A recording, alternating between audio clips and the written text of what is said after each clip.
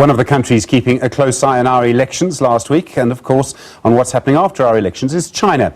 It's a country you all know investing heavily in what it calls its Belt and Road Initiative, which focuses on developing infrastructure in around 152 countries. At the same time, other countries that vie for influence in Africa, like the United States, appear to be trying to craft some sort of response to the Chinese approach. Just recently, both the US and China have engaged in what's generally being described as a trade war, imposing heavy tariffs on each other's imports and exports. The ambassador of the People's Republic of China to South Africa is His Excellency Lin Songtian. Mr. Ambassador, thank you so much for coming in tonight. Good evening. Thank you. Always a pleasure to join you. So you will have watched the elections closely. You have a big presence in Africa and in South Africa. After the elections, what's your message to the new government of President Cyril Ramaphosa?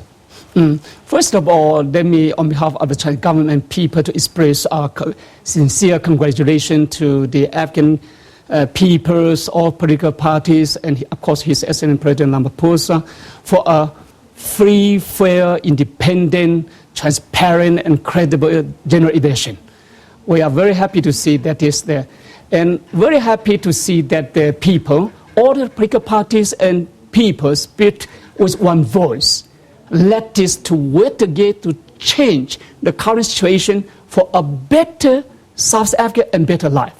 And that is, I think, is the voice very heard loudly.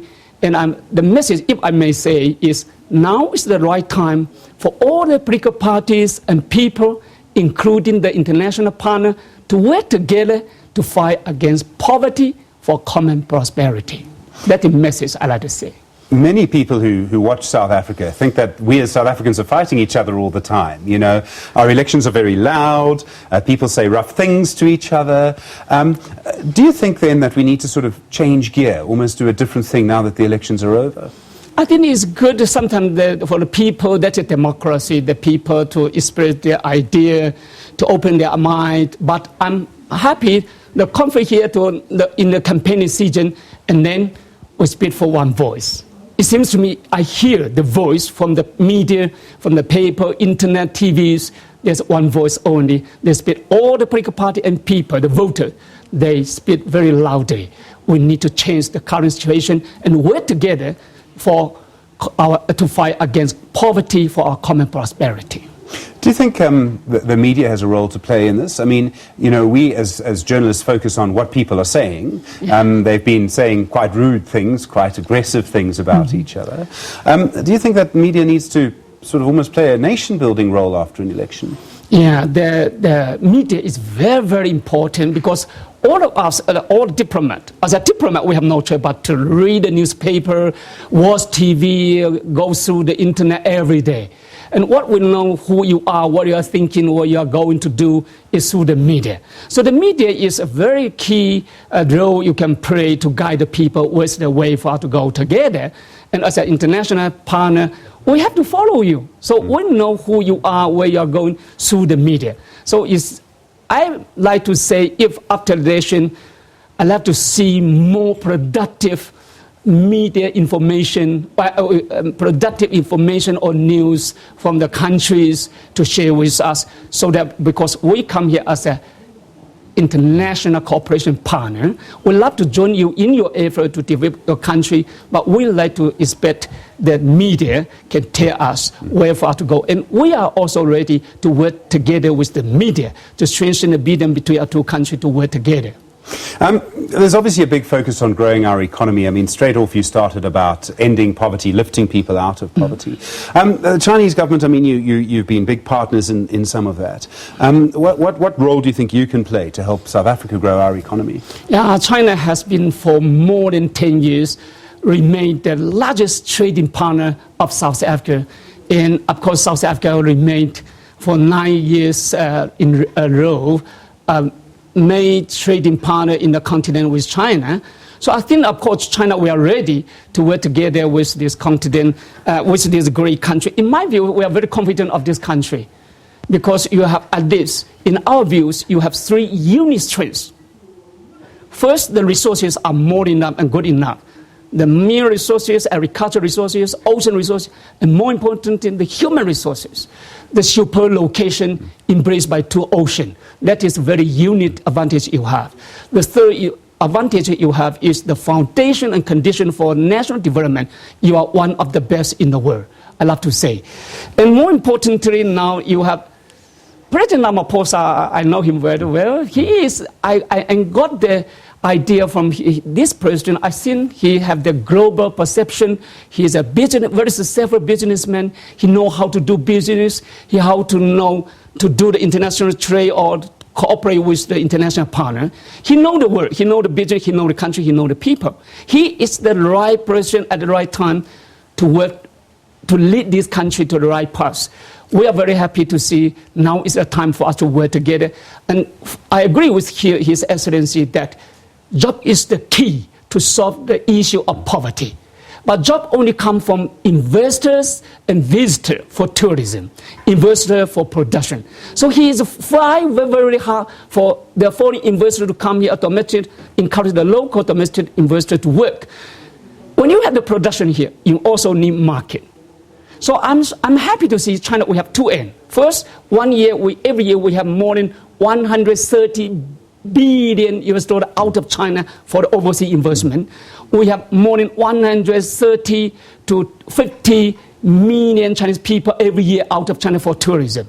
And the market in China is, we have 1.4 billion population with 400 income population.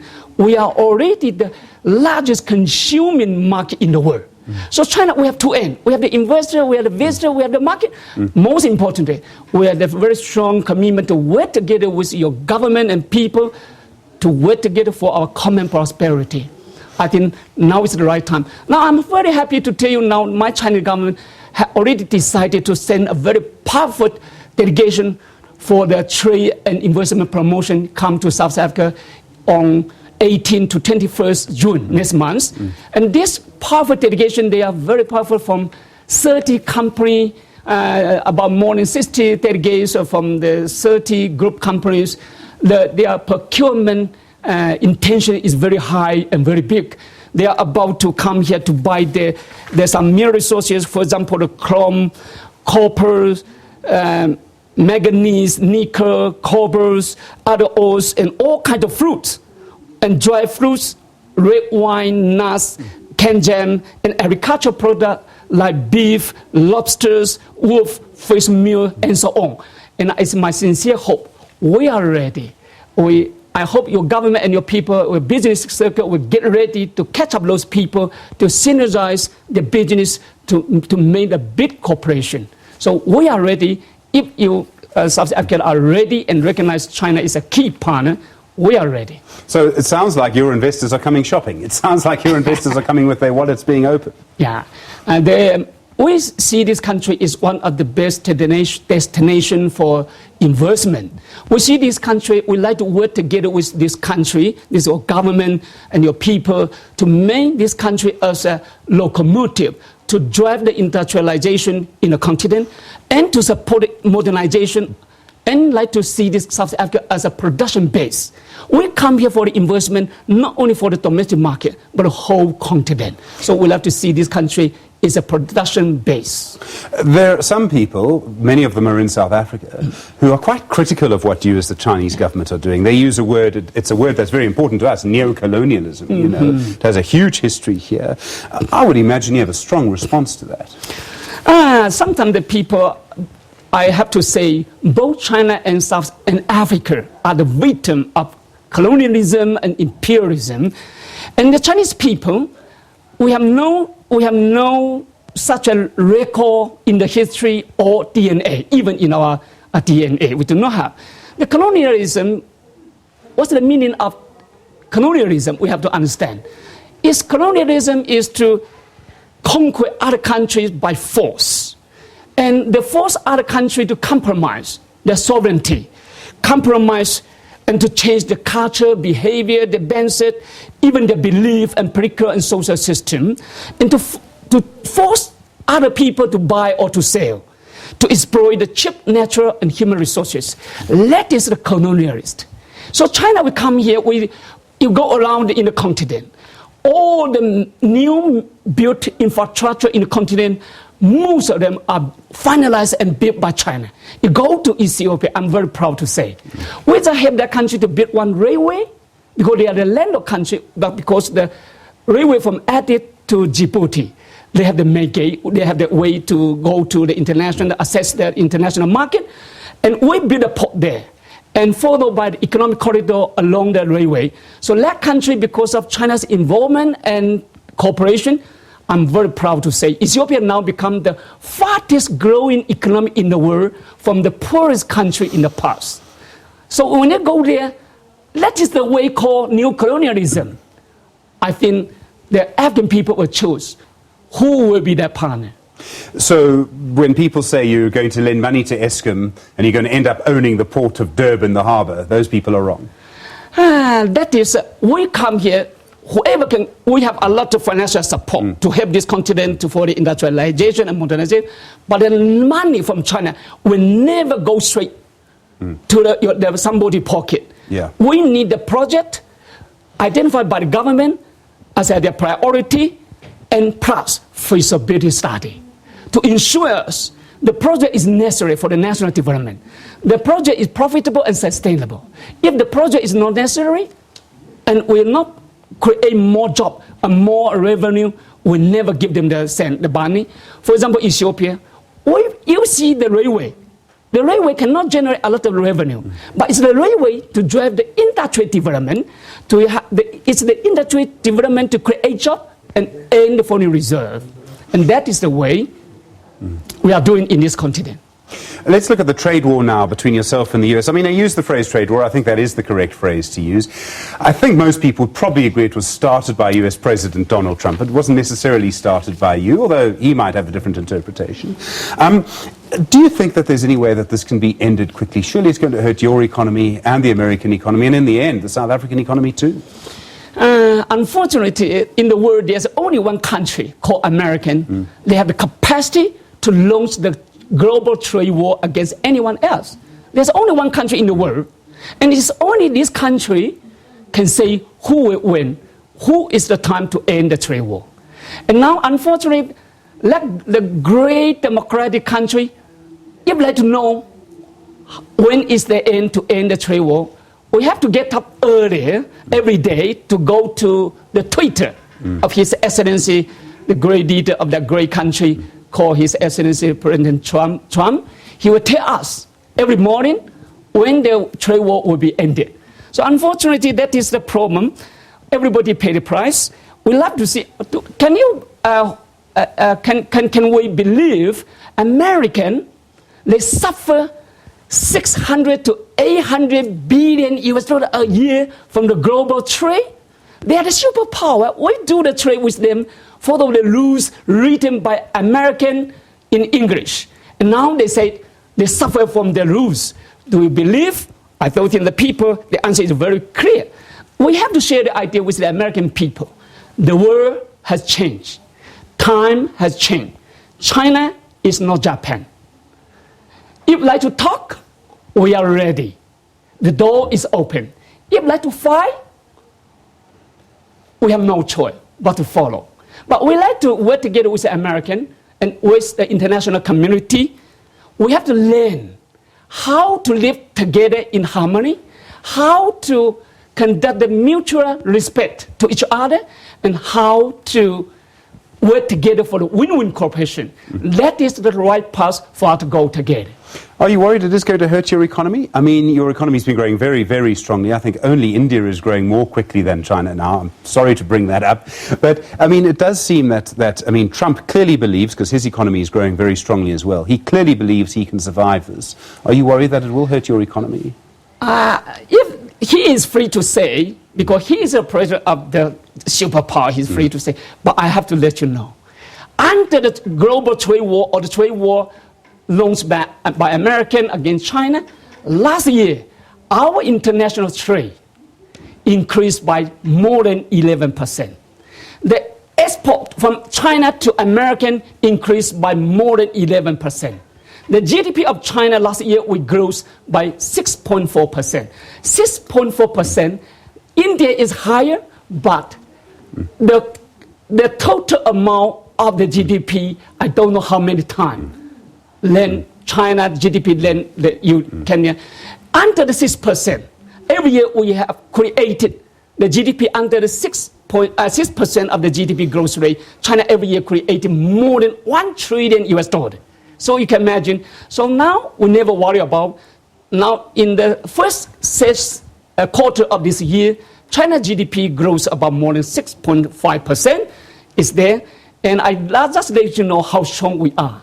The consumption is become the key driving forces to support our economic development. It's not a trade. And the investment, but the consumption have already become the key driving forces in our economic development. So I'm very confident now China, we have 1.4 billion population with more than 400 million mid-income population.